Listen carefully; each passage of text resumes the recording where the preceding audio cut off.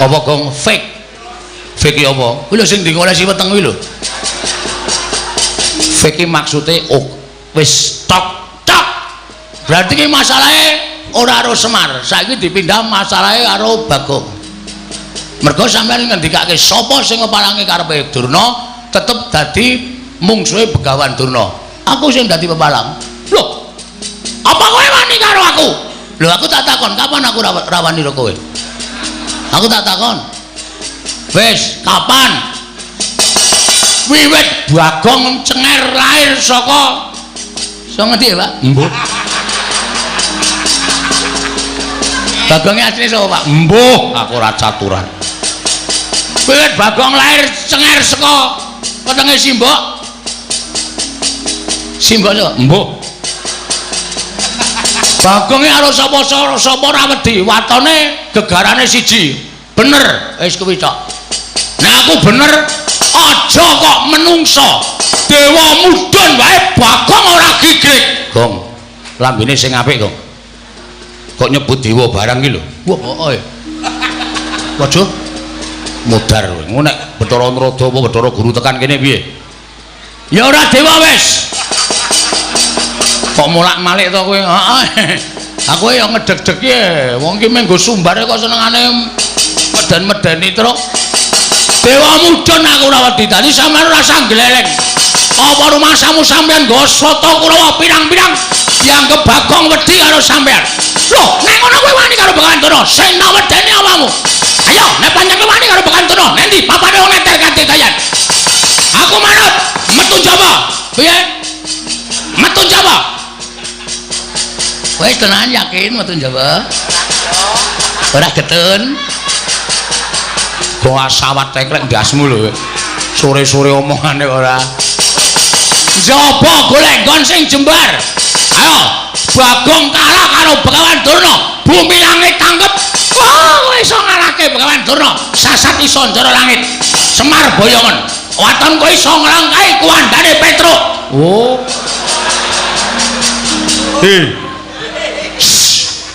Ngapae? Aku ora melu. Meng disilih batange kok terus cengelmu kuwi.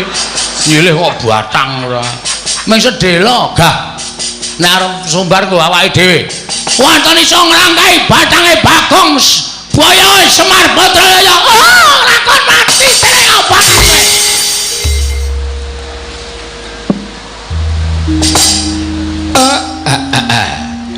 Blegegek ugek sadulita mel.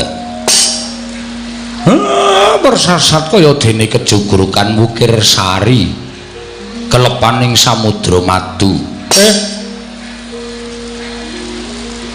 Namung sak sudung kula kemawon lha kok kerawan mriyagung. Mboten mangling menika lancur Pandhawa. Putring Jodipati Ndara Gatotkaca. Gus. Katuran karaharjan rawuhipun Ndara. Siwa Semar. Tansah pinaringaning kawidadan niring sami kula prapaku ning Karang Kadempel. Aku ngaturake pudya pangastawaku katur ngersaning Siwa Nayantaka. Nggih kula tampi ndadosaken bombong raos sing manahipun ing ngabdipun Semar Ndara dipun sekecakaken anggenipun lenggah. Jer kawontenanipun padusunan benten kaliyan menawi lenggah wonten ing negari Ndara. Kaya ora dadi ngopo Siwa Nayantaka. Matur sembah nuwun. Gareng Petruk Bagong kowe ngaturna bekti kelawan bendaramu ingkang katemben rawuh tole. Ngestaken dawuh, Pak. Ndara Gatotkaca kula ngaturaken sembah pangabekti kula kunjuk Ndara. Yo nala garing tak tumpuk. Ora liwat pangestuku Tampanana. Nun inggih sangat anggen kalih ndadosaken jimat paripih. Dipun sekecakaken anggenipun lenggah. Yo garing kaya wis ora kurang prayoga. Kula ngaturaken sembah pangabekti kula kunjuk Ndara.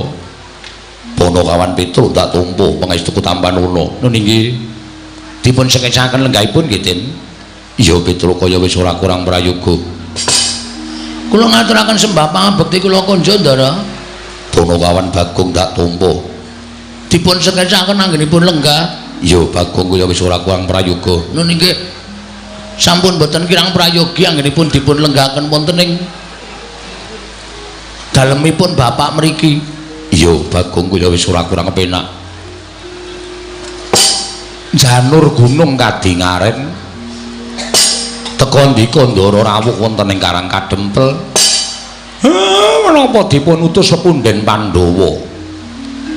Upami Semar menika nandhang kalepatan dosa menapa ing badhe kula sandhang kula mboten badhe selak. Nanging menawi badhe nampi bebingah lajeng lelabetan menapa ingkang sampun kula lampahi. Gus, monggo kula aturi paring pangandikan. Ingkang abdipun Semar nedya nganglungaken jangga nelingaken Karna Ndara. Siwa Semar panjen kepara nyata sowanku ngersaning Siwanayantaka dudu pribadining Gatotkaca nanging dapur diutus dening para punden Pandhawa. Wigatosipun nanjihake lawan Siwanayantaka usana sacandra Siwa Semar ora caket lawan negara Ngamarta lan ora katon suwanu ning negara Ngamarta. Apa panjen Siwanayantaka merengkang kelawan pranatan Praja Ngamarta? Apa panjen Siwa Semar darbe panjaluk?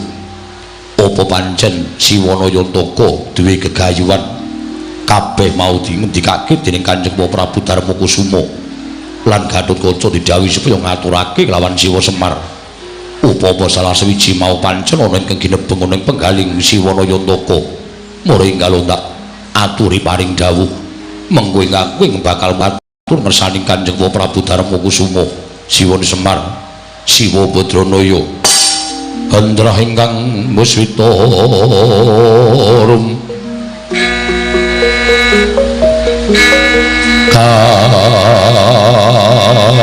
kasilring samirana mre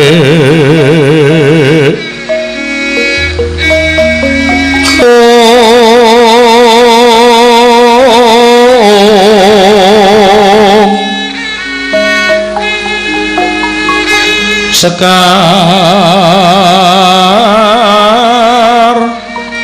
kadung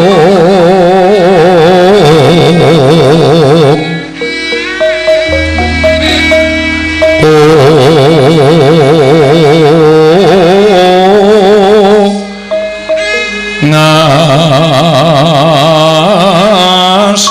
kandanya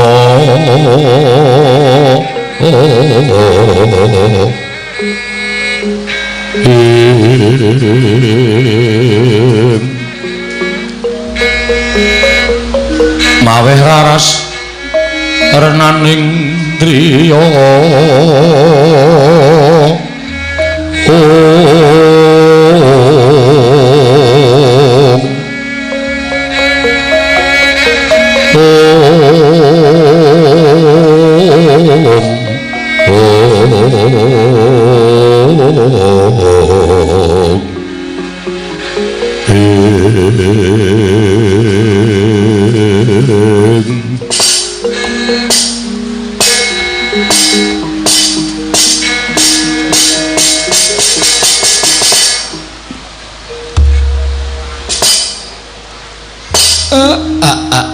blegek kekugek sadulita mel matur nuwun nggih Den. Dene mboten kanyana-nyana wontenipun Semar sawetawis wekdal caket kalawan negara Ngamarta menika ndadosaken kawigatosanipun Sinuwun Prabu Punta sakadang dumunten wonten pandangan lumantar Ndara kula Gatotkaca. Semar kok sampun pinten-pinten candra menika mboten sowan. Kula nyuwun pangapunten. Wonten ingkang kedah panjenengan mangertosi bilih Semar menika merdika. Tegesipun kula menika urip mboten kewengku dening sinten kemawon. Nanging menapa to sababipun kula tansah caket wonten negari Ngamarta? Merga kula niku seneng kali pambegane wong atuwa sampeyan Pandhawa. Donya pun kaya ngeten kahanane. Donya wis akeh sing padha minger kiblate tumindak angkara Budi Candala. Ewadene peranganipun titah ingkang gumelar wonten jagat. Lah kok tasih wonten Pandhawa satriya gangsal ing ngateteken ati suci pepayung budi rahayu. Mongko kula golek wong sing kaya Pandhawa niku wis susah, wis mboten nate ketemu lan wis ora iso kepethuk. Lah kok dilalah ketemu kali para Pandhawa. Mula kula gandrung kalian para Pandhawa. Kula niku nek gandrung kalih wong sing ambege sadu budi niku kula nuwun sewu, pengin cecaketan, pengin sambet memitran. Ning ora kok terus Semar niku terus nyorohake awak ngabdi wonten negari Ngamarta menika mboten lho Den, nuwun sewu. Sampun ngantos klintu ing penampi ndara-ndara kula Pandhawa.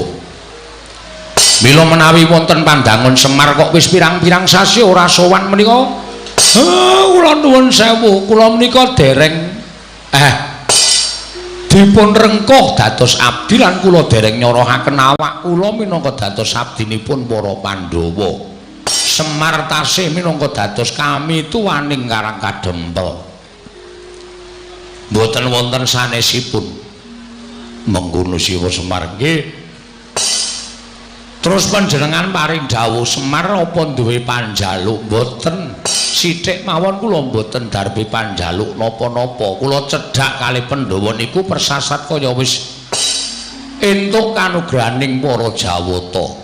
Kula cedhak kaliyan para Pandhawa nika persasat kaya entuk kanugrahaning Gusti Kang Maha Tunggal. Dene kula dicaketke kalih wong-wong sing ngateteken ati suci pepayung budi rahayu kados Pandhawa. Mila nek panjenengan paring dawuh apa Semar darbi panjaluk, mboten Ndara, luwih-luwih kok gegayuhan.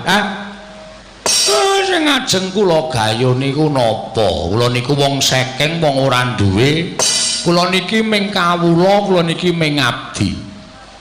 Upama duwe gegayuhan nek nganti keprungu tangga teparo mengko ndak disebut cecak muntal cagak, cebol gayuh wulan wuta ngitung lintang tangeh kelakone cepak wurunge. Pun urip kula sak madya mawon. Upama diparingi bebungah saka sing kuwasa nggih kula tampa kanthi ngucap syukur ngersaning Gusti. Dene ora sing jeneng titah menika dipun menangaken budidaya. Ya sak kamat-kamat pripun carane pambudidayaning Semar ya tetep kula ajeng budidaya. Ning nek kula kon duwe gegayuhan niku tesih adoh saking pangunek-uneking Semar Ndara. Mengkono Siwa Semar nggih.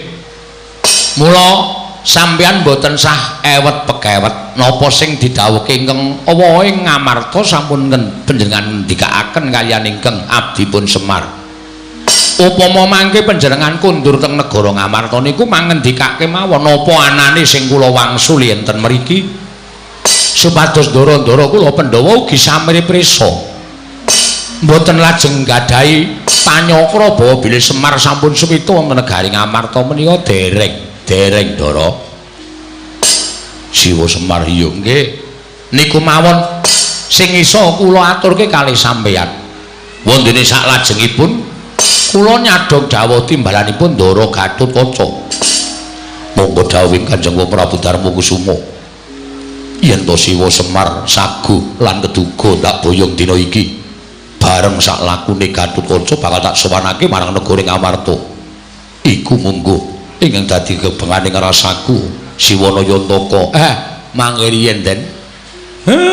Niki katone kok mboten ming sampeyan. Sing duwe karep kaya ngoten niku mboten kok sampeyan. Mergi kula wis entuk sasmita saka ngersaning Gusti. Nek sing duwe panjangka kaya ngoten niku mboten ming sampeyan, nanging akeh sing kepengin cedhak karo Semar, sing kepengin caket karo Semar. Ning kula kudu prayitna ngati-ati. Sebab nek mboten nganti nganggo kaprayitna sing titis kleru nggo kula milih mangke malah kriwikan dadi grojogan geguyon dadi tangisan Ndara. Palukon lakune nglekas bukit linuting kidung katurung hamomong mangun manah ayu ana tanah kolong.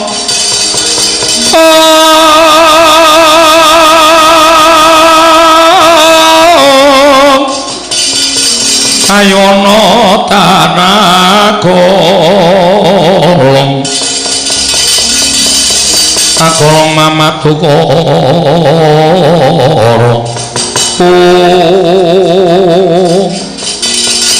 sebebiar kataliko nalika semanten manter pangandikanipun iki Ranaya Naka tinambi Raden Gatotkaca miwah sanggya para kawula ing Karang Kadempa ingkang sami midhangetaken sabdaning iki Ranaya Naka dadak sakuling mangke geger njaba apa to kang dadi darunane ora ana macan ora kang dudut saka wantil kejawi namung wonten satunggiling wanara ingkang kusika seta minggah madaning pendhaping padukuhan dadosaken cingak kang samya mulat ngrepepeh pindha sata metarangan lampahing sang wanara titiyane gandha yani trisanya purnama sasi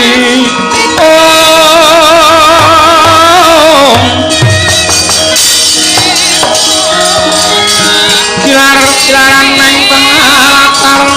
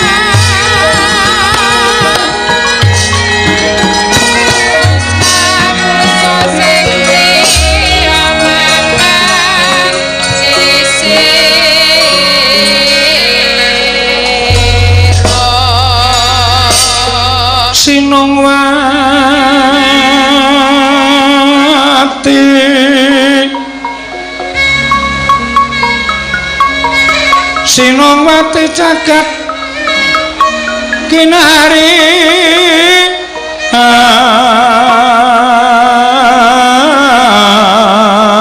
among mbak lumembak ombak ing samudra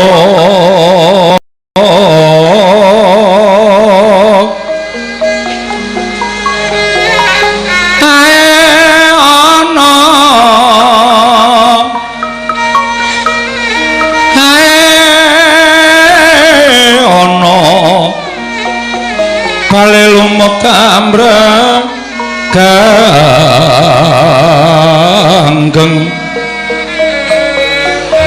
awit dencengan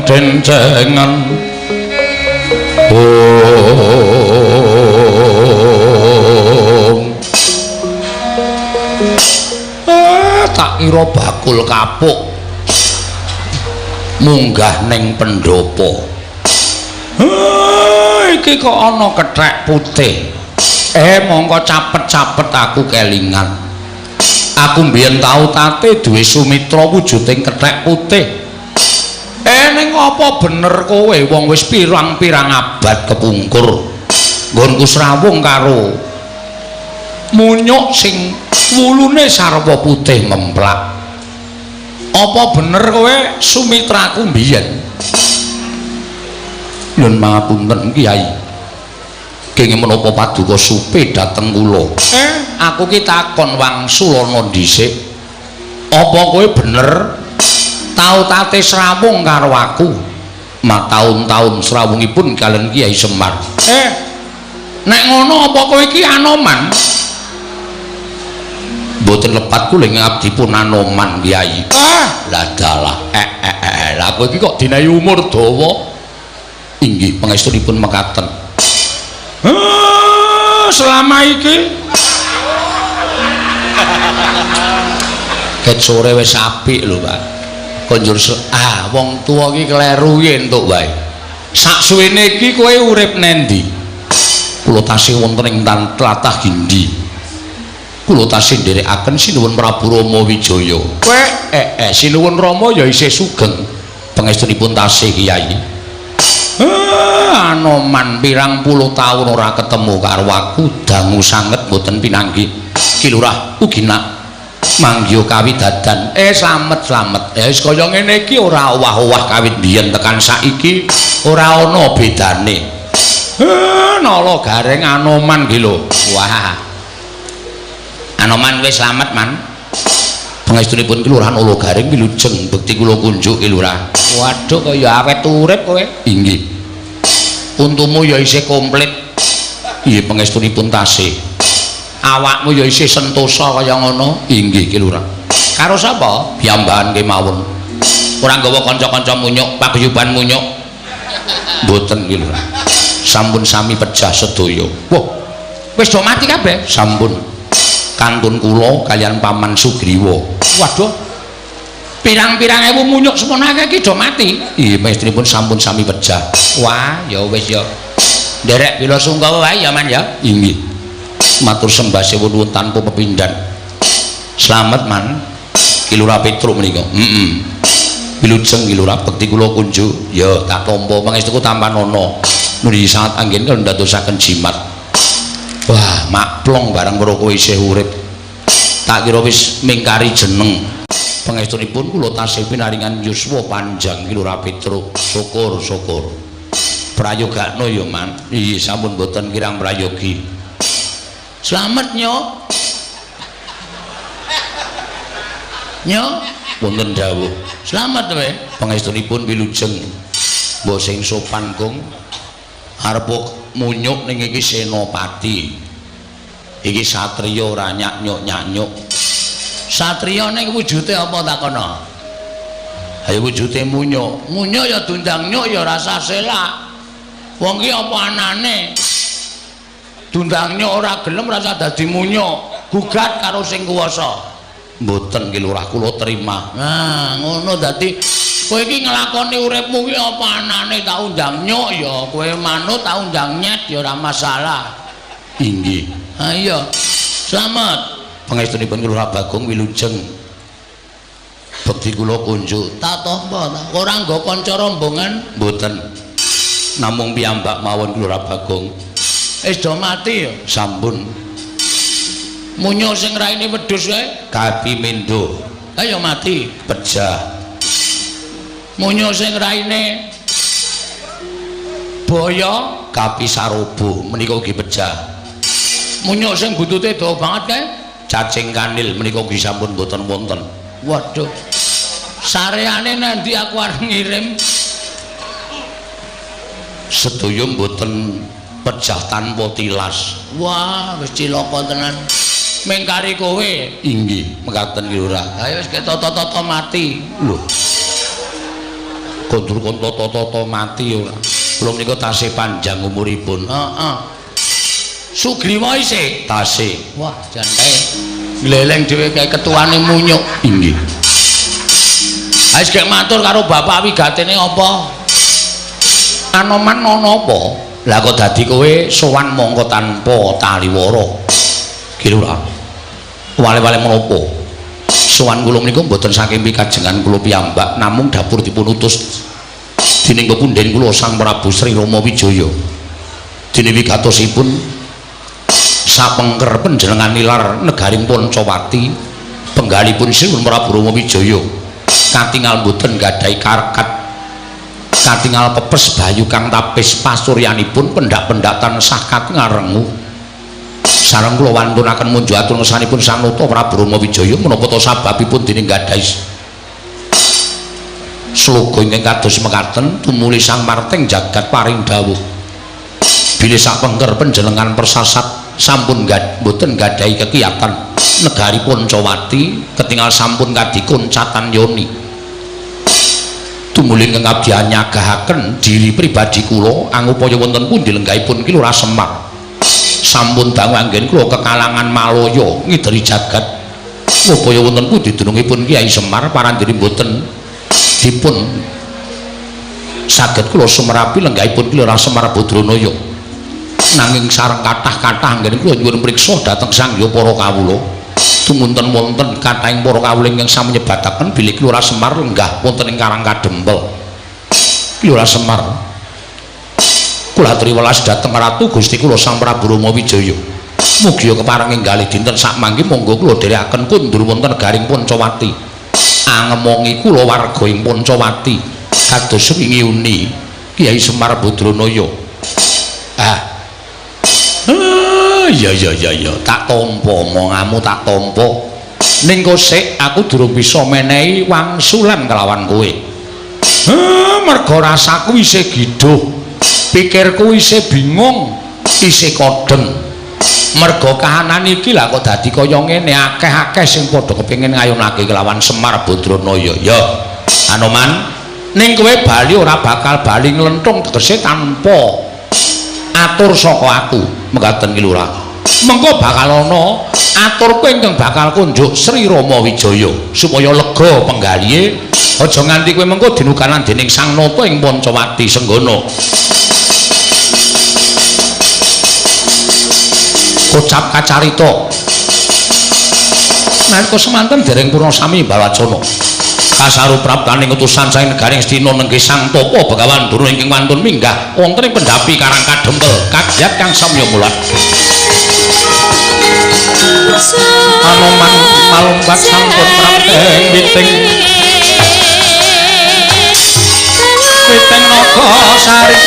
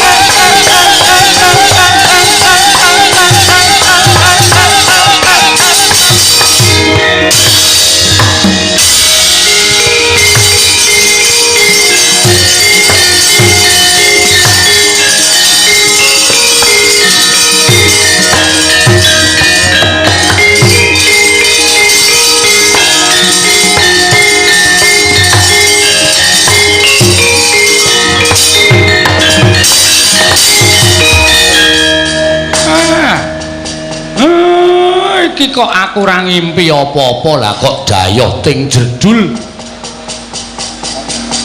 lagi wae Anoman durung rampung nggonku nampa ature Senggana. Penemban winanto ing suka basuki rawuhipun penemban. Gandhak bleguduk suwaru gembal Sumarante. Awela. Iya Semar, slamet tekaku ning Sambikala Praptaku. Dipun sekecaken anggenipun lenggah penemban. Wis ora kurang prayoga Praptaku ning Karang Kadempel kene. Penemban kula ngaturaken bekti kula kunjuk. Oh, nara gareng tak tampa, pangestu tampanana. Lho nggih, sangat anggen kalau ndadosaken jimat. Penemban kula ngaturaken bekti. Petro kantong bolong tak tampa pangestu tampanana. Lho nggih, sangat anggen kalau ndadosaken jimat. Penemban kula ngaturaken bekti kula kunjuk. Oh, Bagong tak tampa. Pangestu ning Begawan Durna tampanana ya Bagong. Lho nggih, sangat anggen kalau ndadosaken jimat paripe. Dipun sekecakaken penemban. Wis ora kurang prayoga nggonku prapta ning Karang Kadempel. Penemban enten menapa sengkan-sengkan datan pepoyan rawuhipun wonten ing Karang Kadempel. Iki ngene ya Semar, cekak aos bloko suto. Ora usah dadak kalang-kalang rembuku, sing wigati tak jujuk wae supaya kowe nggak ngerti apa to sababe dene Begawan Durna kedarang-darang prapta ning Karang Kadempel dina samengko iki. Nggih. Niku langkung prayogi.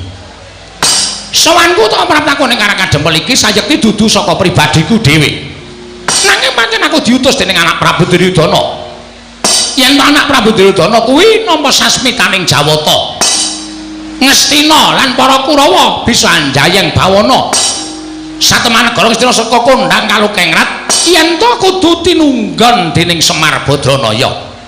Mula tumuli anak Prabu Duryudana utus kan Begawan Durna sowan ning Karang Kadempel. Ingkang wigati dina iki kowe tak tanting ya Semar. Kowe tak tanting maragake kowe wangsulan karo aku. Uripmu kepengin ajeg kaya ngene iki apa mukti? Nggih. Lah pripun to? Nek kula urip kepengin ajeg kaya ngeten iki pripun? Nek kepengin mukti pripun? Nek kowe kepengin ajeg kaya ngene iki uripmu sekeng ora duwe mlarat apa-apa sarwarkasa, ya wis ngono kuwi wae uripmu rasa dowahi.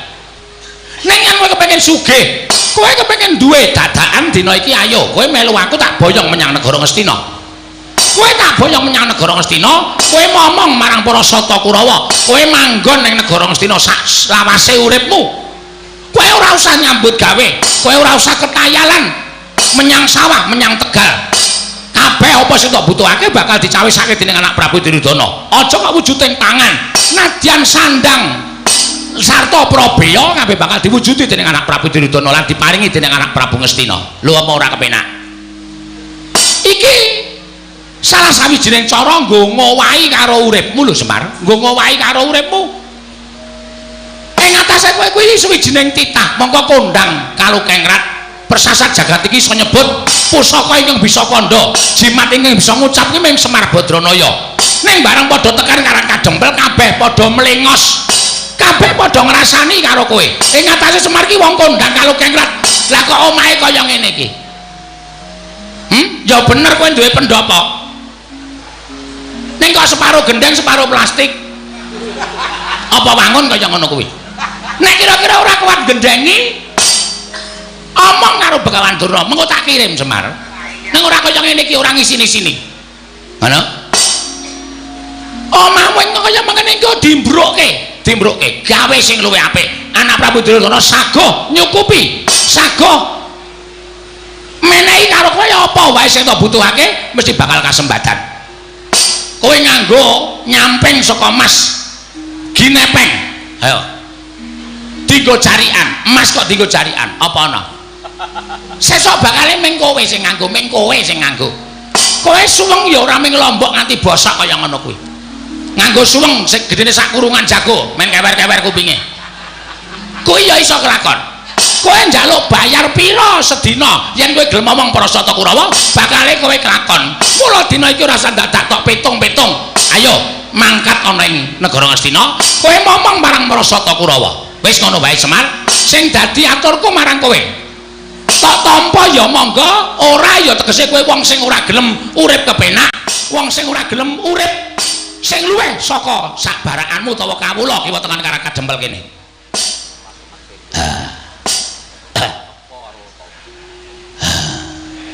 Ayo Mir mangkat yo Mir yo.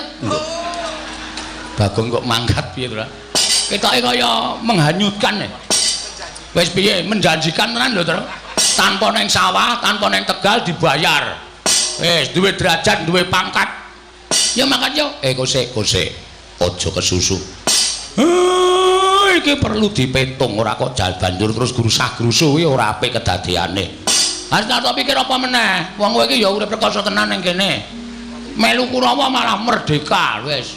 Kowe nang omah meng kari ungkang-ungkang tengok lenggan jengkul. Apa Tru? Ora ngerti kata-katane. Sila tumpang kendangan dengkul. Apa muni? Ya muni wae. Plak-plek. Aku nek plak-plek iki ora kendangan dengkul. Kendangan apa? Sila tumpang kendangan dengkul. Ngkari kepenak ora usah mikir wis yo menyang yo. Kosek togong ora kesusu. Bapak ki arep kaya ngene iki sarwa petungan. Nek aku gelem mongko aku momong marang wong kang ambek angkara Budi Candala. Kuwi mengko aku bakal kelepetan dosa. Mergo sak apik-apike wong kuwi nek campur wong dosa bakal kelepetan dosa. Sak ala-alaning wong ki yen campur wong apik mesti ketularan becike. Kuwi tumrap aku ngono. Lah nek aku ngomong Kurawa iki mengko apa ora aku kebak dosa. Oh ngene Semar, kowe engko yen wis tekan negara Ngastina, engko para sata Kurawa wis padha sarujuk bakal insaf. Tangan padha eling. Ora bakal padha tumindakang karo Budi Candala. Waton kowe gelem tekan negara Ngastina. Wis padha janji karo aku. Kurawa 100 cacahe klebu anak Prabu Duryudana. Mengko yen pancen wis kelakon Semar gelem ngomong marang para sata Kurawa, bakal padha eling Purwadasina ora nerusake ngene tumindakang karo Budi Candala. Ngono kuwi ature marang Begawan Durna. Mbah iya, tenan apa ora? Kuwi mengko iso dibuktekke yen wis tekan negara Ngastina. Mula kang sangka kuwi Semar, ora usah dadak tida-tida rasamu. Ayo saiki ngene. Mingkari kowe gelem apa ora? Ning jaba wis tak cawisake titian. Ya kuwi kereta kencana. Nggo mboyong kowe coba pikiran. Ing atase kowe iki mung dajating batur ning Panakawan kok dipethuk nganggo kereta kencana iki nek ora kanugrahan ra ora to Semar. Ayo. Munggah nang kereta kencana ditarik kuda 8 direk para wadyabala. Ning kono kowe engko bakal disebut-sebut sewijining wong kang bakal dadi pengayomaning para sata Kurawa. Kowe manut karo aku ya Semar. Iki aku teko iki minangka dadi utusaning dewa ing bakal ngowahi uripmu, ngowahi kahananmu sing saka kahanan sing kaya ngene iki dadi kahanan sing becik, dadi kahanan sing apik. Mulai ayo bocah dina iki ora usah dadak tida-tida.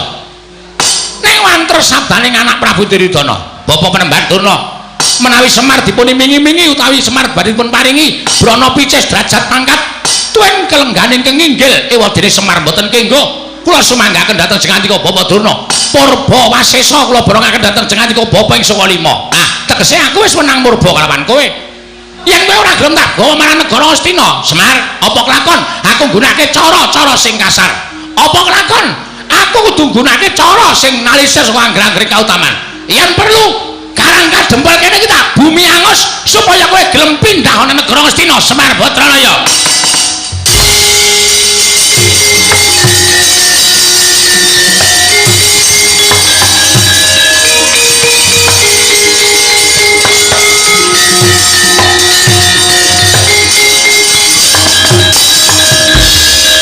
Gunjang Kanjeng langit kelap-kelap katon lir kincanging aris risang mawe kandrung sabaran katulu. Bagong kowe arep ngopo? Kowe mau rak wis mathuk melu Begawan Durna. Kowe aja nesu, kowe melu Durna kono nek Semar ora arep tekan ngendi-endi. Sik, Pak. Perkara iki bareng Durna ngendika utawa omong nek Semar ora gelem digawa nyang negara Ngastina arang kadempel arep di bumi angus iki wis dudu perkaramu dhewe Pak. Ning iki ngembet keselametaning kawula sakarang kadempel. Kawula sakarang kadempel bakal katut cilaka nek bapak ora budal ning negara Ngastina. Monggo Durna iki nek omong ora tau ming sembrono. Durna iki omong nyata apa anane mergo iki pendhita ning pendhita wengis. Ning kuwi dudu sak barakamu. Kowe ming batur, Durna kuwi piyayi, kowe aja pisan-pisan wani wangsulan. Piyayi iki nek ning kraton. Nang kene padha-padha menungsane. Bagong aja ngayal. Kowe sing meneng. Silent.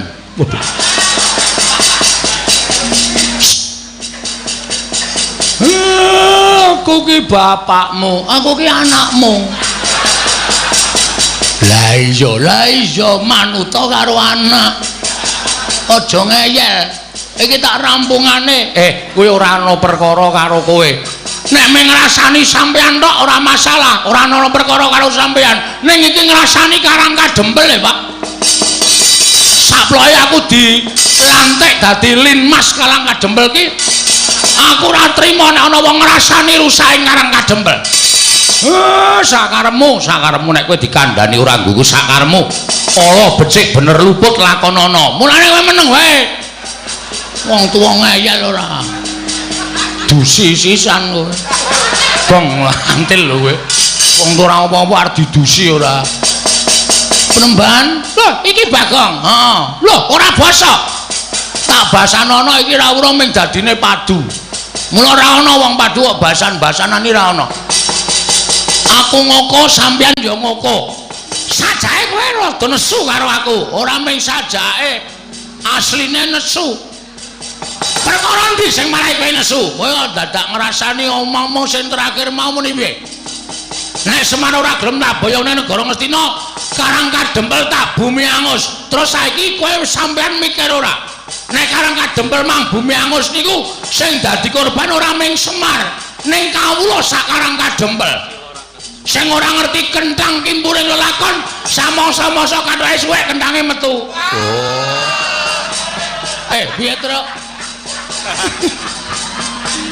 Ora ngerti kenthang kimpuling lelakon ngono tok ora sak mangsa-mangsa. Oh iya kuwi bahane gareng ya. Heeh.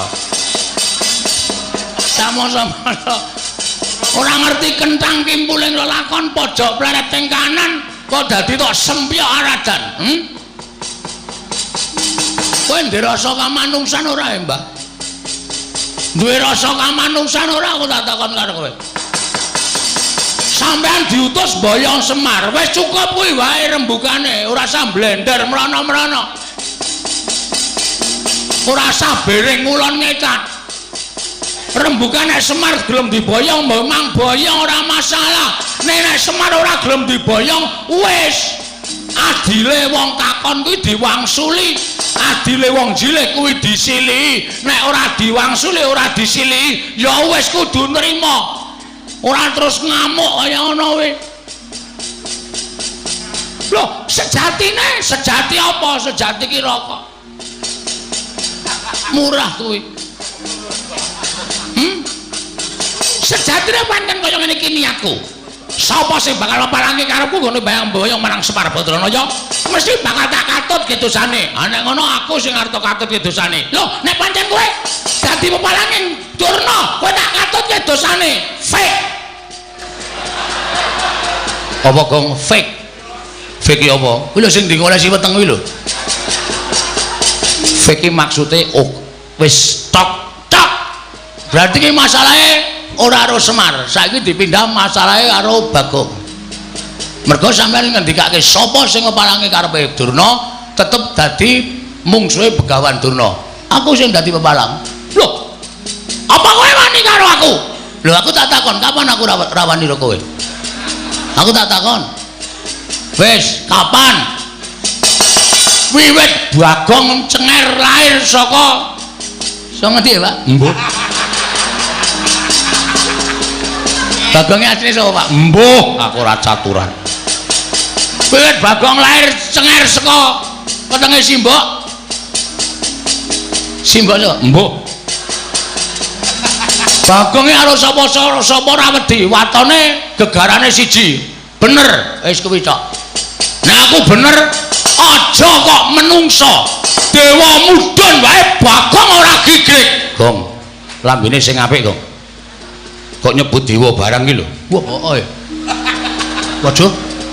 Mudar kowe. Ngono nek Bathara Narada apa Bathara Guru tekan kene piye? Ya ora dewa wis. Kok mulak-malik to kowe? Heeh.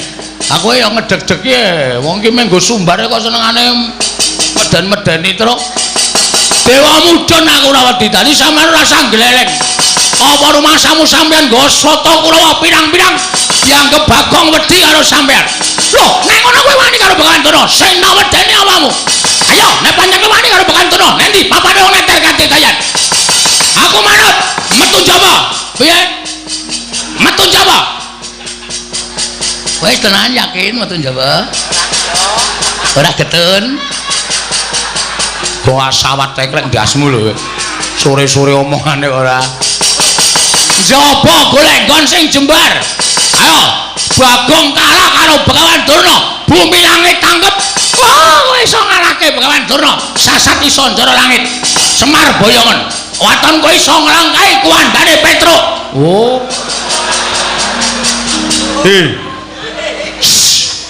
Ngapae? Aku ora melu. Meng disilih batange kok terus cengelmu kowe. Nyilih kok batang ora. Meng sedhela gah. Nek arep sumbar ku awake dhewe. Wonten iso nglangkai batange Bagong Boyo Semar Badraya. Oh, lakon mati sing apa?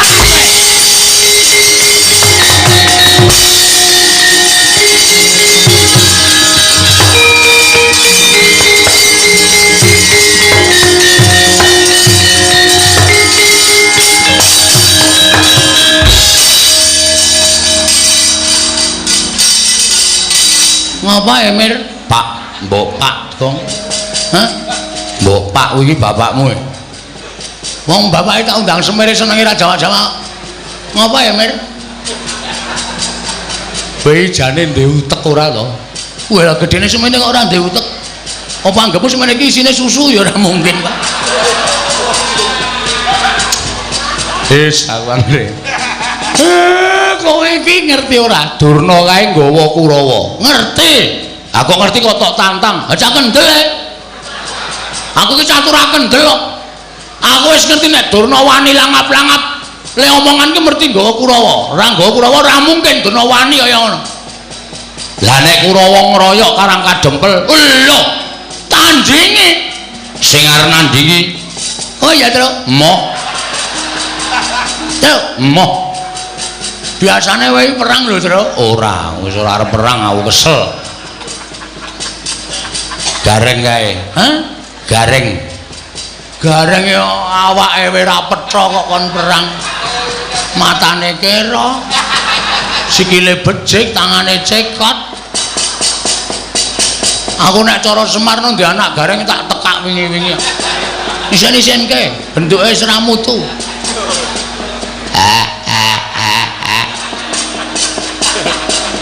Rasa nangis. Aku arep bali wae, Pak. Aja lehmu nyambut gawe rung rampung kok arep bali. Sapa sing arep nandingi? Waduh. Sapa ya, Pak? Lah, ra tenan to. Genti takon to. Jamak lumahe wong dalan takon genti takon, Pak. Man, wonten dawuh. Sini, Man. Inggih. Wonten dawuh iki lho, Ra. Kowe karo aku kan kanca. Inggih. Kowe kelingan jaman tak tutke ngetutke kowe nyabrang segara ndek anu goleki Dewi Wara Sembadra kae. Lho. Sapa to? Sinta. Heeh. Sinta kemutan.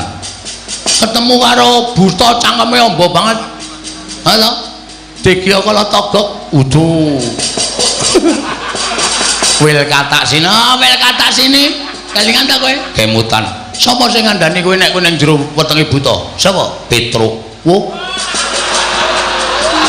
Kudu aku apa mbiyen? Didi.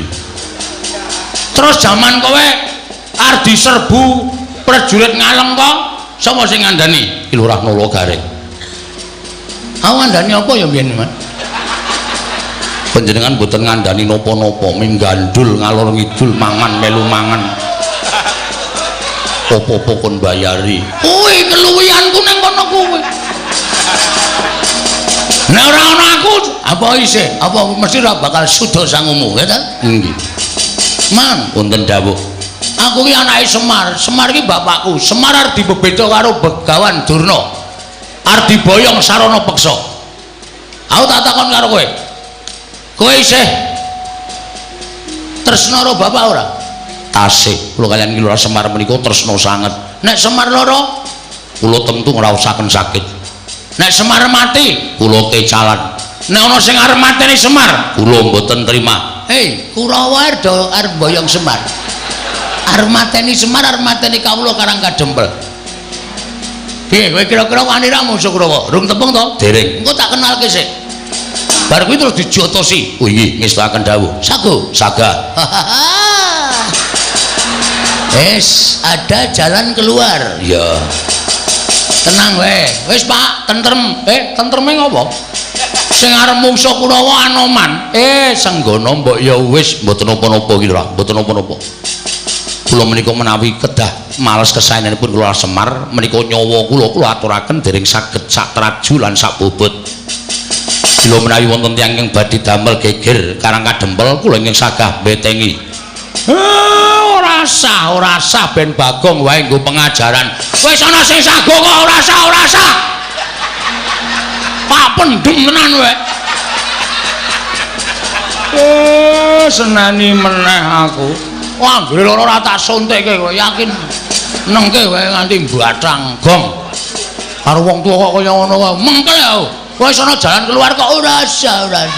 Semari kita sumbang. Matur nuwun ora sah.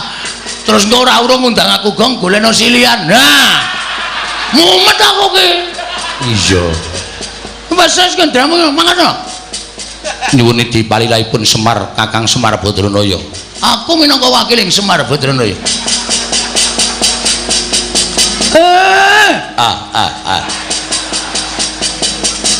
Anoman tak lilani Kurawa patenana. Menika kados pundi Ki Lurah?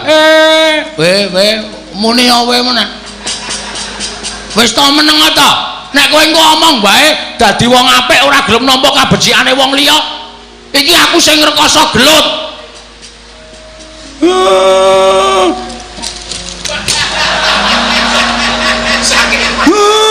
Mangkato Anoman Lho nggih ngestaken dawuh.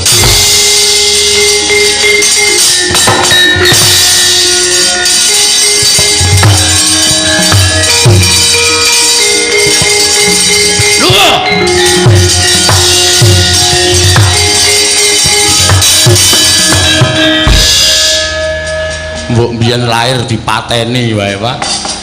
Mbangane gedhe kaya ngono. Bagong. Bapak niku dadi Bagong, dhek dadi Semar. Kene, Pak, kene tengok ini, Pak. Ora. Ngono e mbrebes mili. Kene lenggah kene. Bapak ki wong top wis. Ya. Waduh kedangan, Mas. Lenggah kene. Nyun ngapura, Bapak. Aku kok bendina mintok waneni lho, Bagong. Sok kapan kowe arep manut? Sok bar bodo. Bar bodo jelas manut wong kowe entuk pecis, entuk sarung saka bapak utawa mbok pira-pira ngekeki bapak. Sirahe iki ra ana sing sedeng ukurane, Tru. Jarene nek si Semar ki sirahe kok 84 piye? Cilik banget to? Ora ana sing sedeng aku ki seru arep nukokke. Aja do rame. Petro, Pripun, Pak? Kawula Karang Kadempel konsumise rada adoh, mergo iki bakal dadi perang gedhe antarane Anoman karo para Sata Kurawa. Nggih, ngestoke dawuh. Bagong kowe ya ngewangi aja ming meneng wae. Siap. Ngestoke dawuh, Pak. Nala Garing kowe ya ngewangi aja ming meneng wae. Nggih, Pak, ngestoke dawuh. Wis ngono wae, mengko nek kira-kira perang saya mbondo kalani Petruk kowe matura karo aku. Lho niki ngestokaken dawuh. Pun paripurna, Pak. Monggo. Bapak mlebet wonten griya kula tak medal njawi. Iya. Sing ati-ati ya, Bagong. Sampun mboten kirang prayogi. Nggih ngestokaken dawuh, Pak. Wis purna gatining pepanggihan madaning padukan Karang Kadempel. Nalika semanten katingal sigra manjing telenging Bali Wisma Kelurahan Moyontoko. Eling-eling sipating pamong parandene lamun katinon kanthi permana jati kaya tumurun ing Sang Hyang Bathara Ismaya ingkang katingal gumebyar busanane.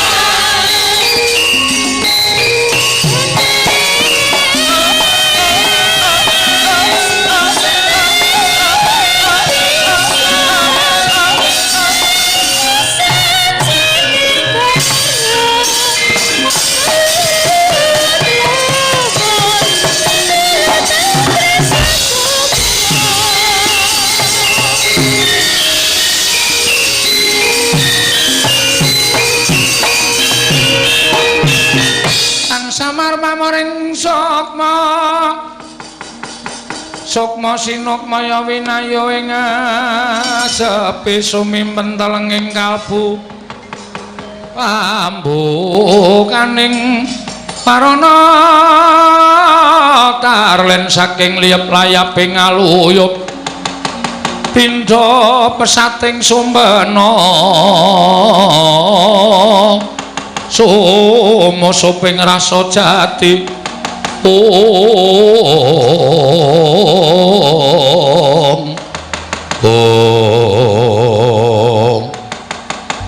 Datan Kawusul lampahing Lurah Semar Badranaya nelukan nuwun sapunalika semanten Ki Lurah Bagong Semawana Raden Anoman ingkang sampun medal sak jawing tlatah Karang Kadem.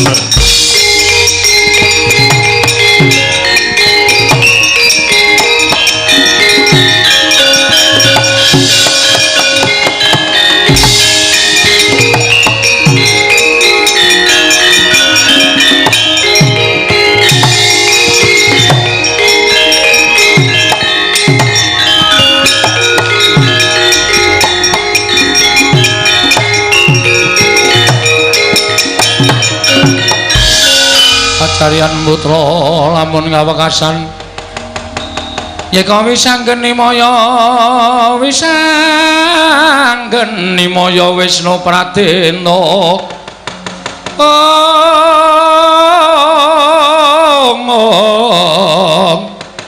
Wisanggeni maya Wisnu Pratena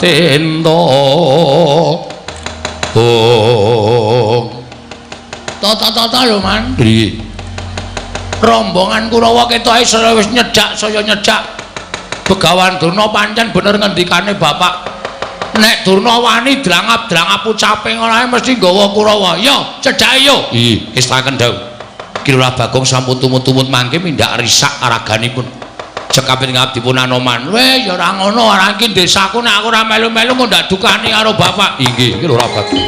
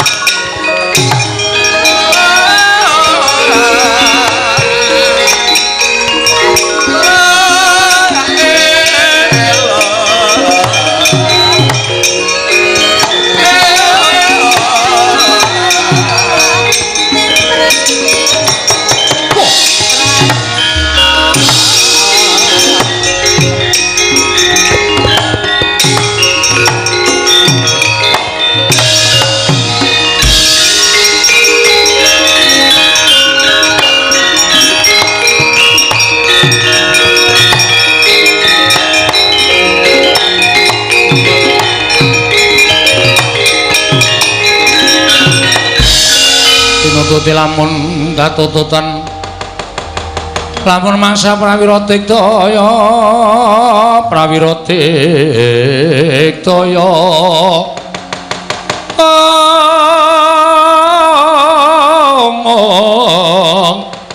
ora nanggono magawe gelarira wang-wang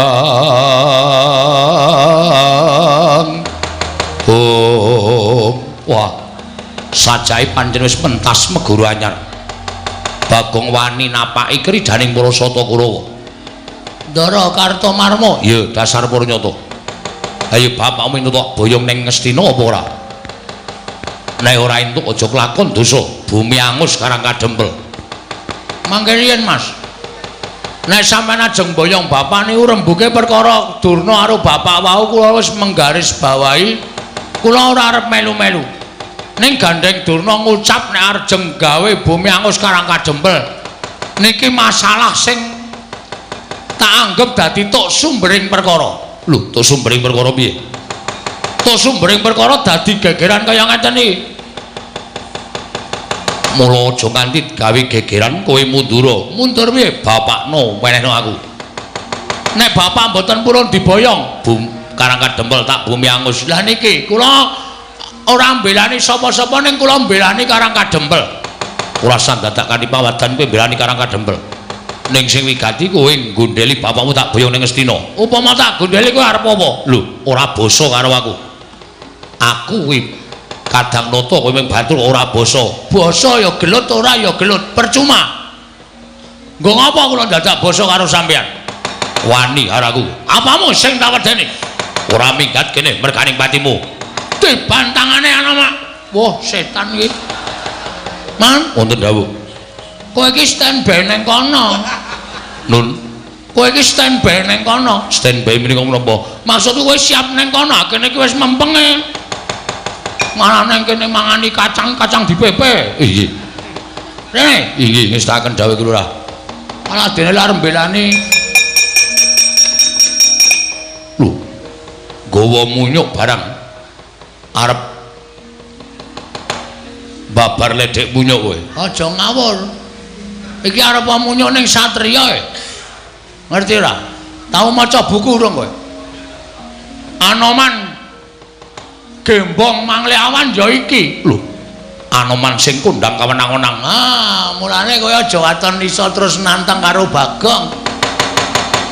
Ayo saiki nek pancen sampean wani karo Bagong mungsuhmu do aku ning iki. Anoman iki ming munyuk sing dindelke apane? sing dadi nyatane mo Kartomarma. Wah, edan ora basa araku, jangkar karaku sakarepku. Wis ana anoman kok harus sapa-sapa ora wedi aku. Ayo, kon maju munyo kuwi. Tugele sirahe tak cangkinge sirahe. Mboten dawuh. Arep dicangking sirahmu. Sinten sing ngajeng nyangking? Iki menika sinten? Kartomarma. Kadange Prabu Duryudana. Rampunge, Mas. Sendika. Aku tak ngasuh. Iya.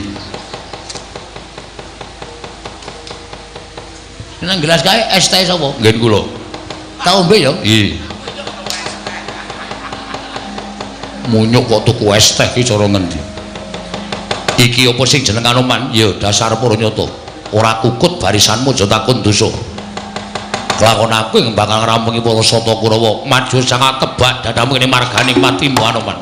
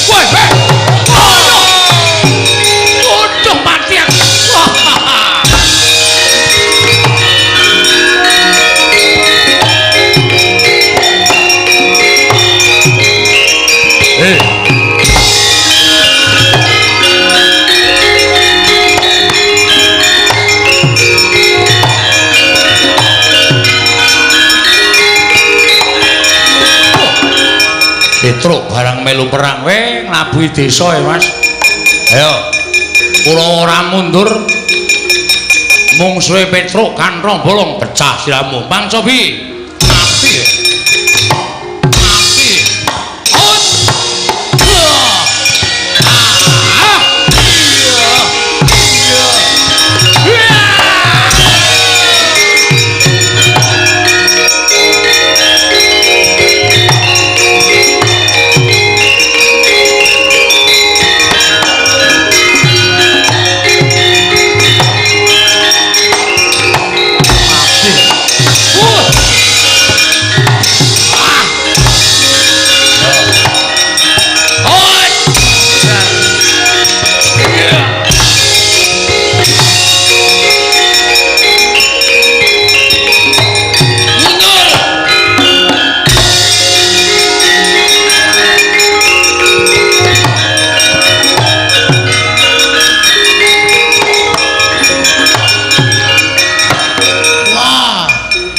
galeng barang tangan cekot sikil becik kali perang rasa kokian gunem tanpa guna mungsuhe nala garing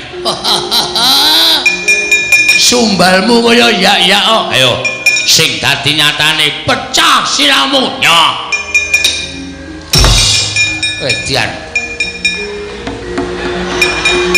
piye reng mumet blase to andene kok maju kono kowe wae kono aku cari ringkih kok wah dan ganti Petro ganti anane ya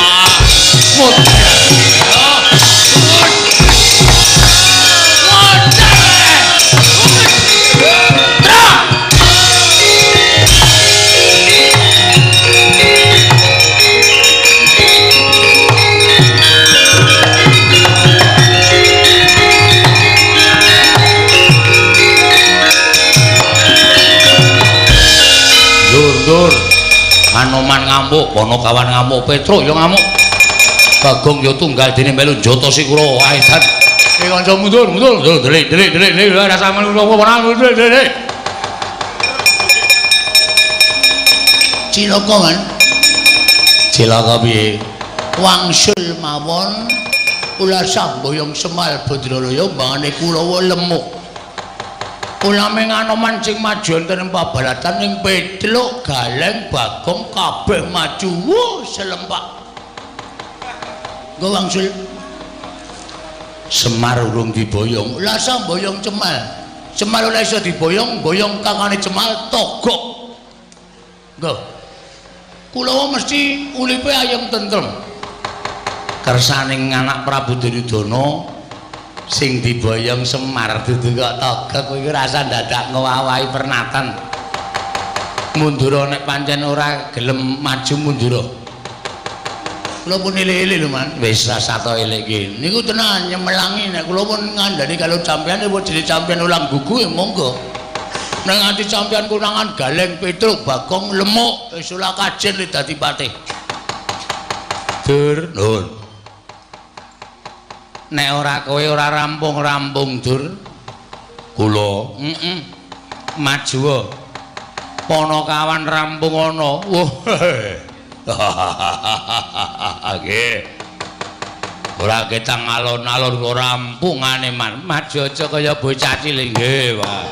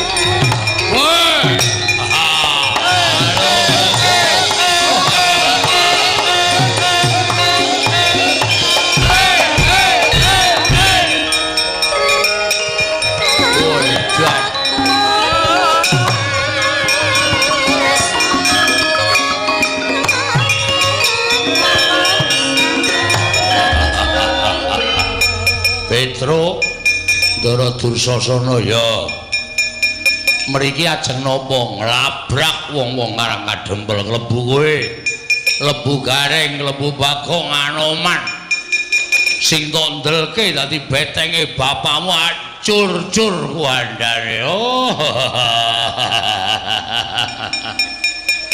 dadi sampean mriki ajeng ngamuk ya mboten samungsuh Ndara Anoman Petruk lakon ngalahke sampean. Lho, iki mung batur gedibal. Wong elek nyolong mripat kok arep ngalahke karo Dursasana lho nggo menang apa? Sing dadi nyatane. Nyatane piye? Sampeyan mriki butuhe napa? Ngelabrak kowe. Nyo. Lho.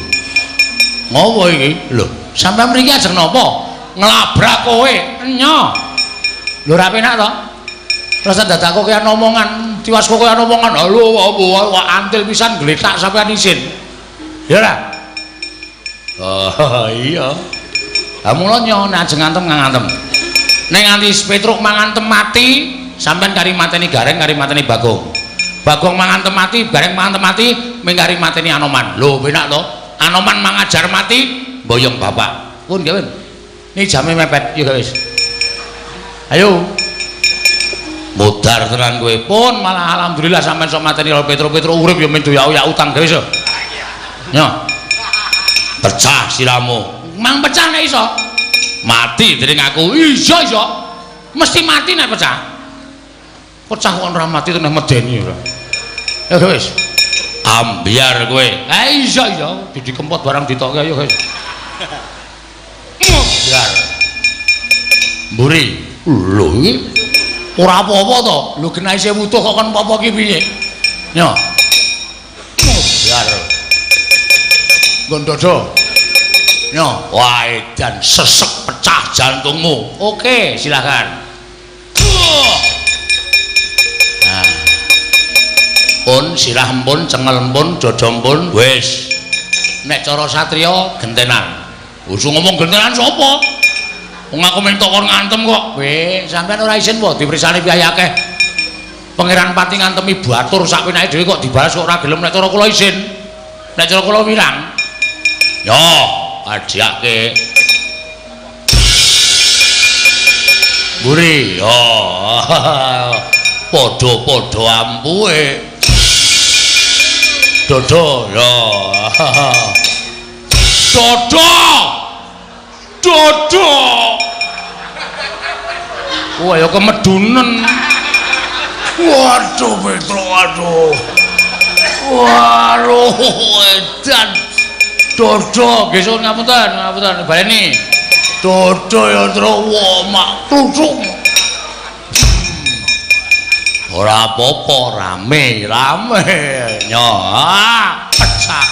Buri. Dodo. Riki. Buri. Dodo. Nyo.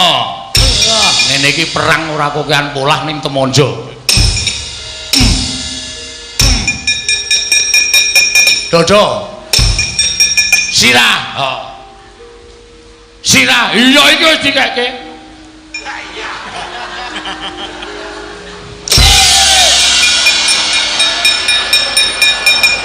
Sip. Kok entuk palu semono gedene, Kong? Palu nggo nutuki aspal tak sile. Men modar. Mate ora. Amboyo ampo kaya awake tutuk nganggo palu sing nggo ngremuk aspal. Modar. Dir. Turu kok neng dalan iki lho. Tangi aja kaya bocah cilik. Aduh man, mumet banget man. Mumet piye? Petro setan. Ditukke sirah kula ora diantem-antem mbul nyeluk Bagong kok palu gedhe banget. Ladang. Man vertigo kula. Piye? Vertigo. Napa-napa kuwalik pripun niki lah tak gawa Kakang Penemban Durna pripun Kakang.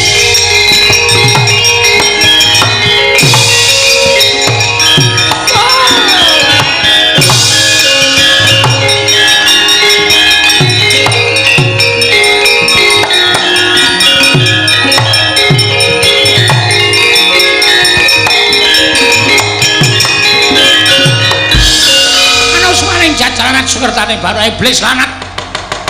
Petro kantong bolong kala Gareng Bagong Anoman ngrusak barisan Kurawa. Bubar mawon ora iso dikukup. Apa kira-kira kowe kuat nadai Kyai Cundamane ketiban pusaka? Saka 5 ora padha gladran dadi kondo jebutang pegawan Durnapalan.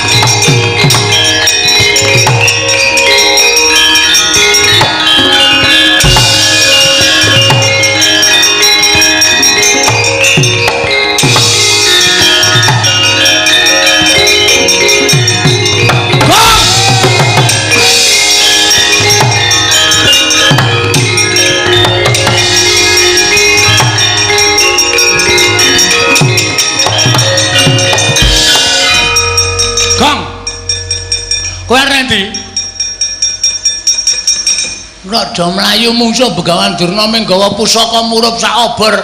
Pucuke kada Anoman mlayu ora tanggung jawab. Kowe arep mlayu ora tanggung jawab. Truk.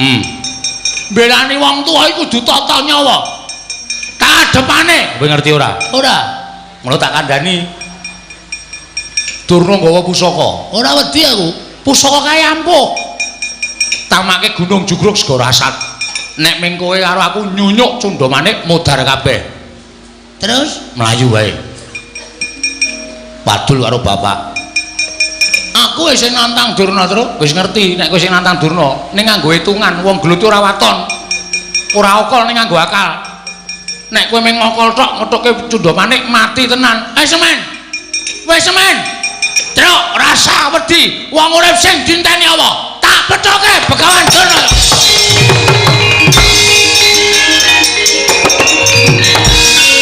Asemi ra nututi to kowe? Ayo ora wong kandhane ngeyel kok. Karepku ki ya. Skeneane liyane iki. Aku nekat melayu terus kowe bagong.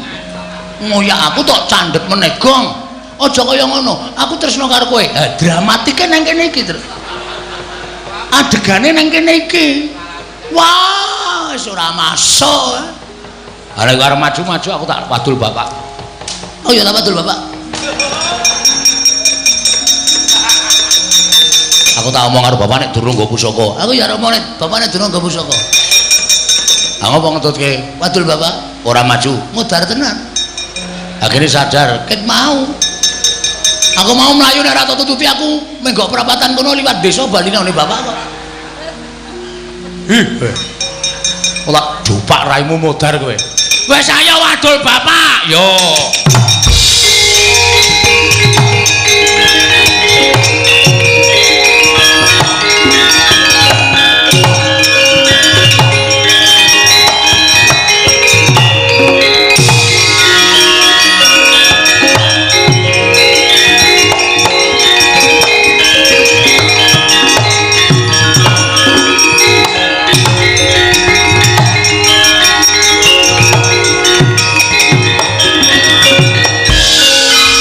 Petruk Anoman mlayu-mlayu ngopo kowe ya mlayu Bagong ya mlayu. Matur sanipun bapak tiwasan Pak niki nek sampean ora mlayu iso dipeksa Begawan Durna bapak diboyong teng Ngastina sebabe Durna mbeta pusaka saka 5 wujude panah bedore kaya dene cucuking manuk ning murup sak obor. Ora pangling Cundha Manik. Lah piye Bagong kowe nandingi Durna wani apa ora wong sing nantang mau kowe? Pangestunipun bapak kula nggih adre, Pak. Wedi. Adre. Wedi karo Cundha Manik. Apa Gong? Cundha Manik. Cundha Manik. Cundha Manik sing panah bedore Ndasmana murup sak obor. Bedore apa, Gong? Ndasmana. Aku jane ya duwe lho, Tru. Iya. Ning kalah karo Cundha Manik. Heeh, nggon aku ora ana cahyane kok. Nggon aku biru erem. Dapure ora. Jenenge apa nggonmu? Ya nganggo Cundha. Oh. Cundha Manda. Cundha Manda iki rak meng kling-kling ngono kae. Nek duwe pusaka mbok dipethuke Bagong. Ora aku pethuk, Pak. Dhek perapatan wetan aku perapatan kidul. Wis rasaku karo omong kene tengok karo Anoman kene. Heeh. Engko nek Durna tekan kene, aku sing ngadepi. Oh, Petro, Bagong aja mlayu mati kowe.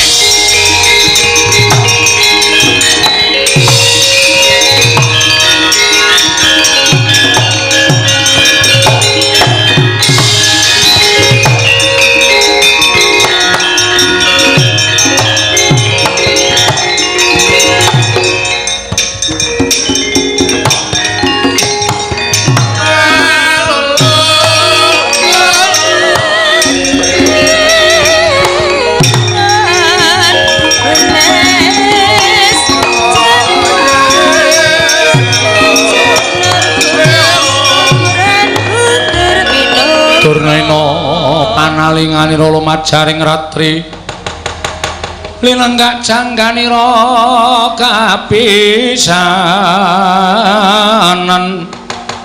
aneng perang Bratayuda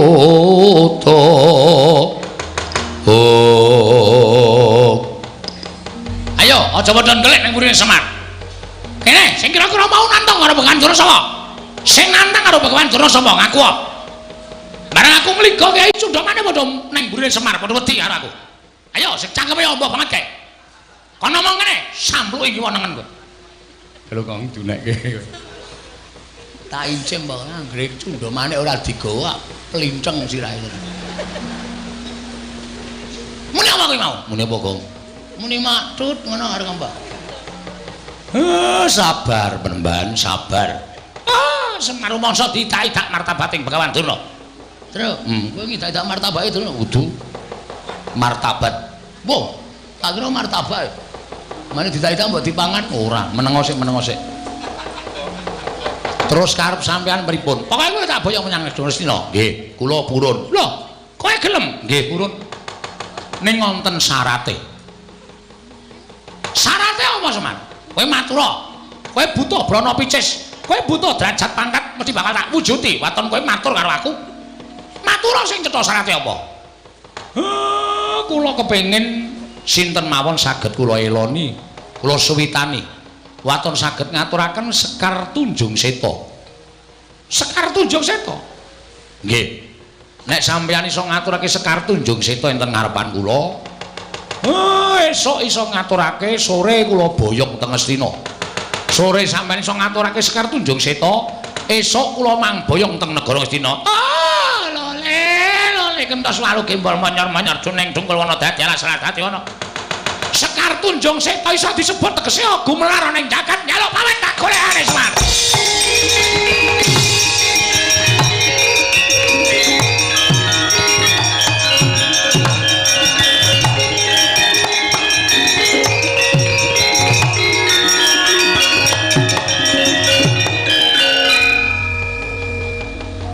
Anoman wonten timbalan Kyai.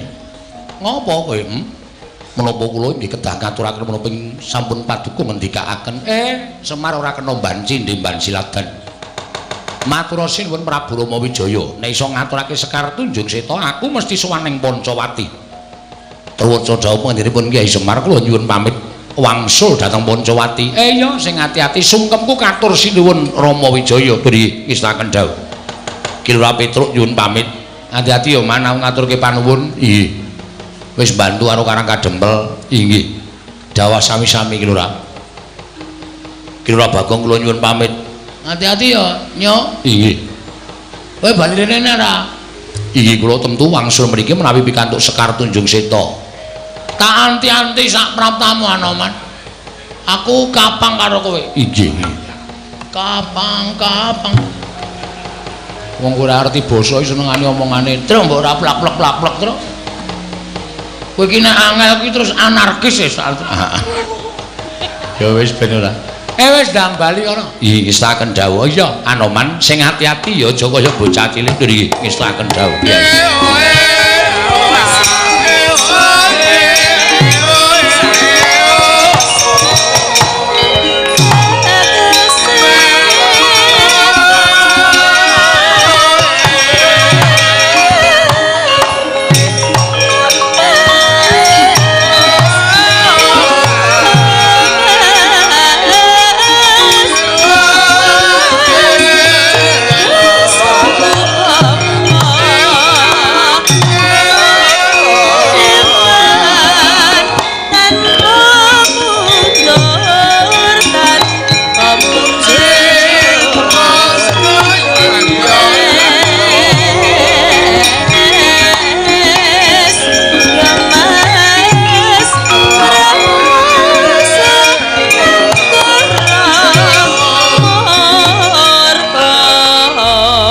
Kiri kota tiang Gatotkaca kinon mapak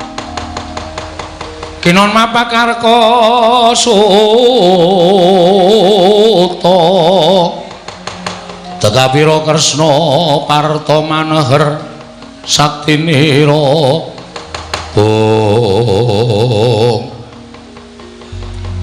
Apa aku ya kudu kaya mengkono? Siwa Semar. Den. Kula rak wis matur sadurunge kula matur kalih Begawan Durna. Sampeyan kula jak jagongan enten wingking wau kula wis matur kalih sampeyan. Kula sago dipun boyong dhateng negari Ngamarta. Ning watandara-ndara kula Pandhawa saged ngaturake Sekar Tunjung Seta. Mengkono Siwa Semar nggih. Nah yen to para punden Pandhawa ora percaya marang ature Gatotkaca, sampeyan sowan teng Ngamarta kula kanteni anak kula telu Mala Garing Petruk Bagong supaya dipercaya dening para pepunden Pandhawa napa sing mangaturake kan pepunden sampeyan. Aku njaluk pamit Siwa Semar. Ngatos-atos Petruk. Nun. Melu andaramu Gatotkaca. Nggih. Bagong. Nun. Melu andaramu Gatotkaca. Siap. Garing nendi? Reng, apa? Dijak ndara Gatotkaca. Ngapa? Golek gemak goreng. Oh, tenane. Ora ya iki dapusi Bagonge senenge ra jamak-jamak. Nderekke ning Ngamarta. Ayo siap monggo. Gus kula derekaken monggo kundur teng Garing Ngamarta. Iya, Nula Garing Petruk Bagong Semar aku nyuwun pamit. Ngatos-atos nggih, Den. Kula antu-antu rawuhipun pepunden Pandhawa.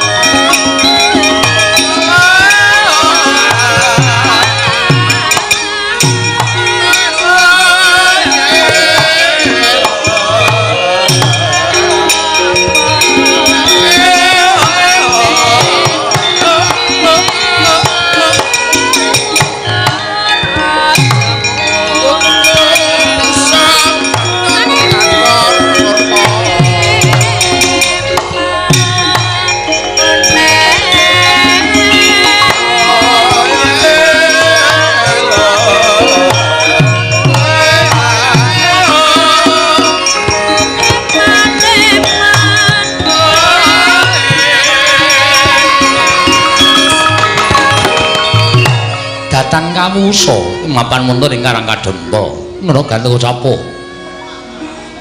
Nalika semanten ingkang wis budal nilar negaring Pancawati nenggih Sang Rama Wijaya kadhiraken ing Rayi Sang Lesmana. Datan saranta enggalih angrantu sowanipun Sang Anoman. Mila tumuli sumusul dhateng Sang Mayangkara. Tindaking Sang Nata ing Pancawati katrenjo lambahing Sang Anoman dadosaken kejot enggalih nata ing Pancawati Prabu Rama Wijaya wau.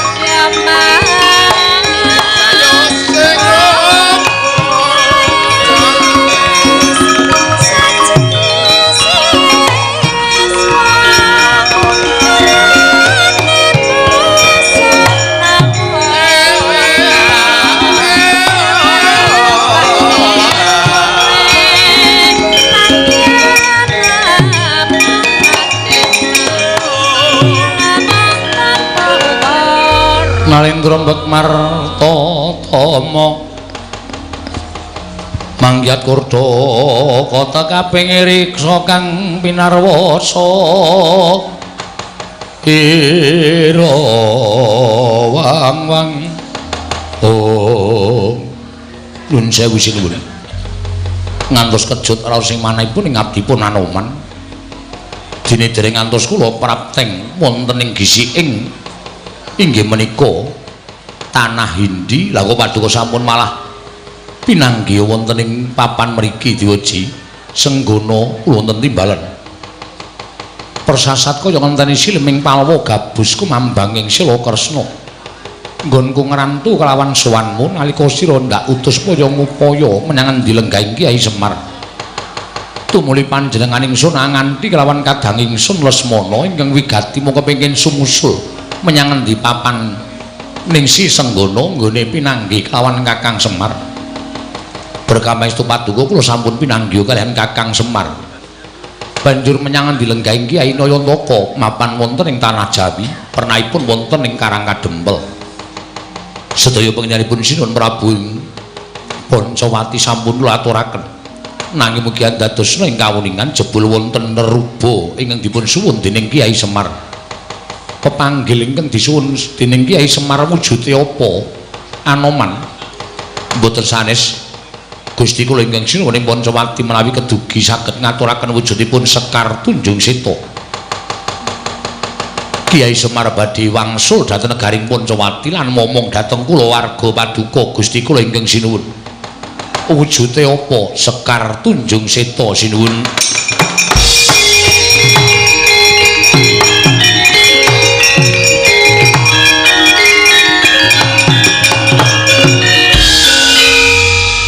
Lesmana wonten timbalaning Adawu Koko Prabu.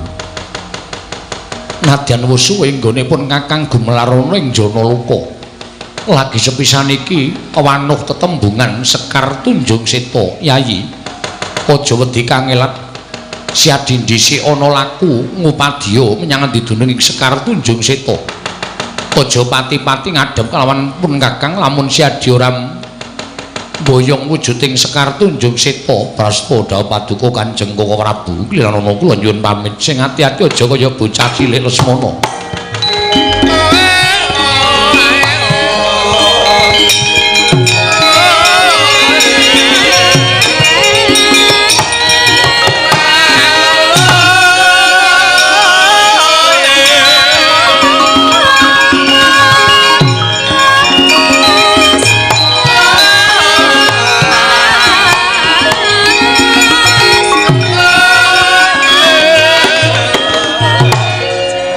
Anoman wonten timbalan bareng kadangku Kyai Lesmana wis mungkur ninggal kalawan panjenengan ingsun melang-melang penggalipun Kakang kuwi ninggal jejabang ning tepining Balumbang para paduka. Ayo padha ditututi lakune Lesmana adoh diceraki-cerak didoi nunun ngestaken dawuh sira Anoman ngambah dirgantara kelawan panjenengan ingsun ngawat-awati lakuning kadangku Kyai Lesmana monggo diweji kula dherekaken.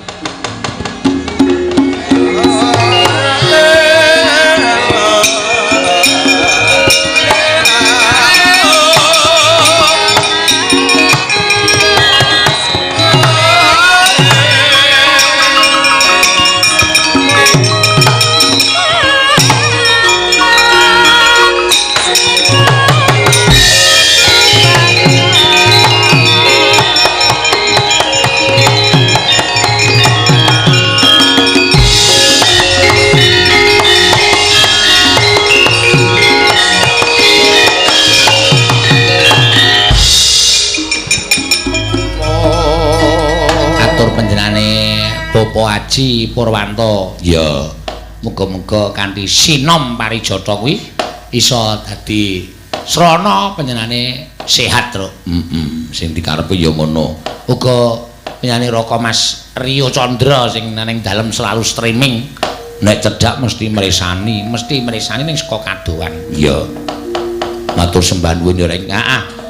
Ayo karep diteruske sore mau pamundutan sing gurung patiya.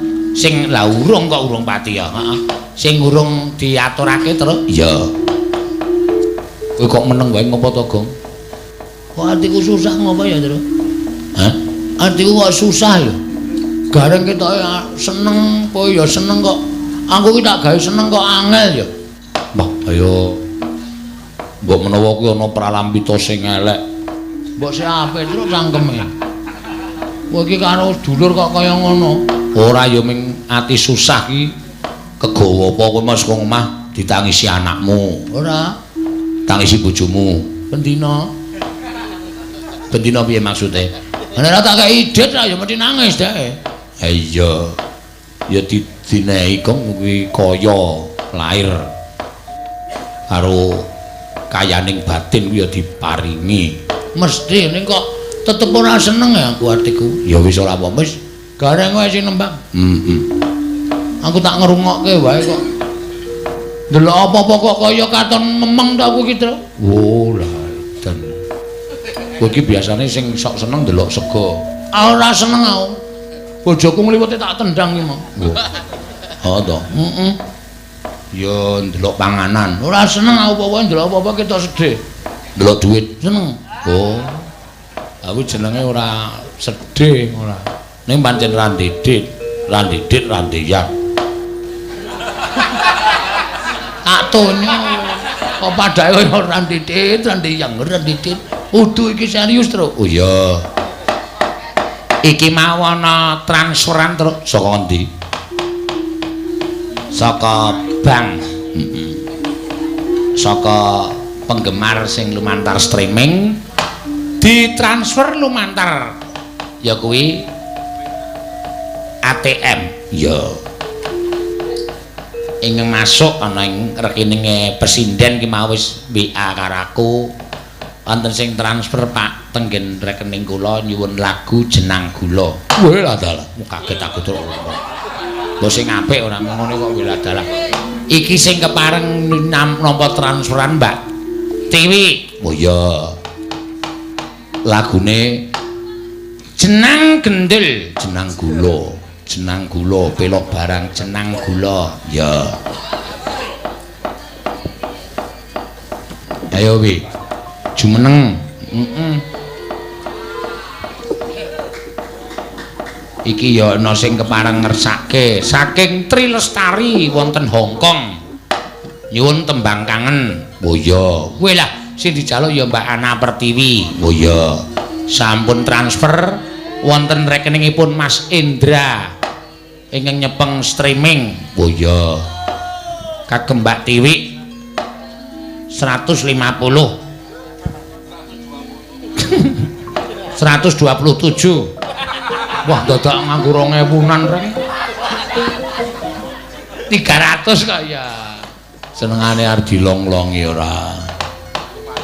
Ayo Togong mbok nyaut-nyaut. Ora tekane tangane aku sedih tenan. Ya wis. Tak ngrungokke. Saya muni lagu Jenang Gula iki. Heeh. Ya dibawani Tembang kangen apa Jenang Gula, Pak? Asing iki kangen ora tembang kangen, lagunya kangen sing pitung sasi lawase. Nek sing nggonamu rak Jenang Gula. Nggih. Ha kira-kira kene iki jatahmu 300 nggonamu ditransfer pira? 400. Ayo Jenang Gula 300 kalah. Kae model wong main wae. 300 kalah. Kalau 300 kukut. Lek sing 400. Iya, wae isih bathi 100 kok. Heeh. Monggo. Engko nek Mbak Lestari nyuwun dibalekke dite ya ta transfer 300 ning Hongkong kono. Apa diterke? Lho. Ah tekan Hongkong kok diterke tenan cekor. Oh iya ya. Heeh. Hongkong ki ngendi? Lor Gose. Lor Gose dengkulmu kuwi ora. Hongkong ki luar negeri. Ya, monggo. Asian Games. Asian Games. Iki olahraga kok. Wae daerah Asian Games apa? Asian Games ki pertandingan olahraga, ora nganggo games. Asia yo Asia, ASEAN yo ASEAN kok Asian Games. Mau ora tak nggo. Ora apa sing ora dienggo? Kasihan game ki mau. Heeh. Oh, ora lucu to, kowe iki ngayal kok kandhane. Ngumpani ning lader. Iya, monggo. Ora masuk Ora masuk kok ngumpani.